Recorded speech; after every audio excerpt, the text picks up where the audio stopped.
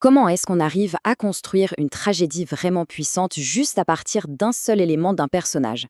C'est une question essentielle pour n'importe quel créateur d'histoire.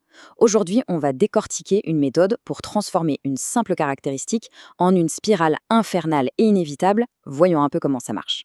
Tout commence ici, avec cette idée, simple mais tellement puissante. Le handicap d'un personnage, ce n'est pas juste un détail dans son histoire, non. C'est le véritable moteur de son destin tragique. C'est la source de toute la douleur à venir. Alors la toute première étape de ce processus, c'est de planter ce qu'on pourrait appeler la graine de la tragédie. Le handicap, c'est vraiment le point de départ de toute la chute du personnage. Mais alors, qu'est-ce qu'on entend exactement par handicap dans un contexte narratif? Attention, il ne s'agit pas seulement d'une limitation physique. Ça peut être une origine sociale très modeste dans un monde d'aristocrates, ou alors un passé honteux. Bref, n'importe quelle faille qui va créer un défi permanent et quasi insurmontable. Et le point crucial, le voici. Ce handicap n'est pas là pour être surmonté. Son but dans l'histoire, c'est de générer un traumatisme profond, de mener inévitablement à la frustration et à la souffrance. Ok, mais alors comment est-ce qu'on passe de ça à ça?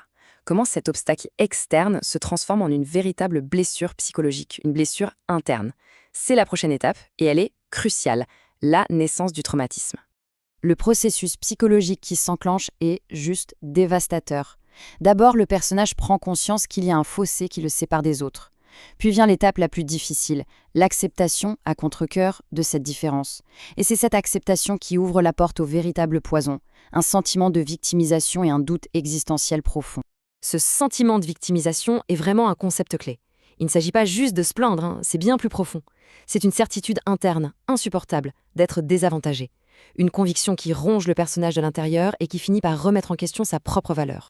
Une fois que ce traumatisme est bien là, bien ancré, le personnage entre dans la phase la plus sombre de son histoire, l'autodestruction. Le mal qui était à l'intérieur commence à se manifester par des actions destructrices bien réelles. Et attention, ce traumatisme, il ne reste pas tranquillement dans son coin. Au contraire, il fermente. Les émotions négatives s'accumulent jour après jour, comme un poison qui s'infiltre tout doucement. Et cette accumulation, c'est comme des chaînes. Chaque émotion négative, c'est un maillon de plus qui l'entraîne inévitablement vers le fond et qui l'empêche de remonter à la surface. Et là, ce qui est fascinant, c'est que toutes ces émotions négatives finissent par se cristalliser, en quelque sorte. Elles forment une vision du monde totalement unique et déformée, un préjugé que seul le personnage entretient. Ce préjugé personnel devient une sorte de filtre, comme des lunettes déformantes. Le personnage ne voit plus le monde tel qu'il est, mais à travers le prisme de sa propre douleur, ce qui obscurcit complètement sa capacité à penser de manière logique. Et bien sûr, la conséquence directe de ce préjugé, c'est la perte de toute rationalité. Les décisions ne sont plus basées sur la logique ou sur la réalité, mais sur la peur, la colère, la méfiance, tout ce qui vient du traumatisme. À ce stade, la chute n'est plus du tout progressive.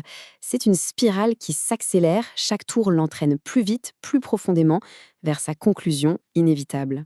Et voilà, on arrive au point de non-retour.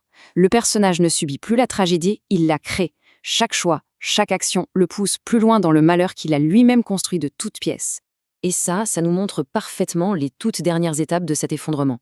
D'abord, l'anxiété qui devient un fardeau écrasant. Puis, l'incapacité totale de gérer ce fardeau, ce qui le pousse vers un profond dégoût de lui-même. Et la fin? Eh bien, la fin est misérable, tragique, et surtout, c'est une fin qu'il a lui-même provoquée. Bon, maintenant changeons de perspective. Oublions le personnage un instant et mettons-nous à la place du créateur. Comprendre toute cette mécanique, c'est un outil narratif d'une puissance redoutable. Parce que, pour un scénariste ou un romancier, maîtriser cette mécanique psychologique, ce n'est pas juste un petit plus, c'est essentiel. C'est ce qui permet de construire une histoire qui n'est pas seulement triste, mais véritablement tragique et captivante. Et c'est ça, la clé de tout. Une seule décision, celle du handicap de départ, peut donner un contrôle immense sur le ton, le rythme, la tension de tout le récit. C'est un choix qui va résonner du début à la fin de l'histoire. Alors, pour finir, la question à se poser est la suivante. Au plus profond de chaque personnage qu'on imagine, quelle est cette faille, ce handicap, cette petite graine de destruction qui, si on la laisse germer, le mènera inévitablement à sa propre tragédie?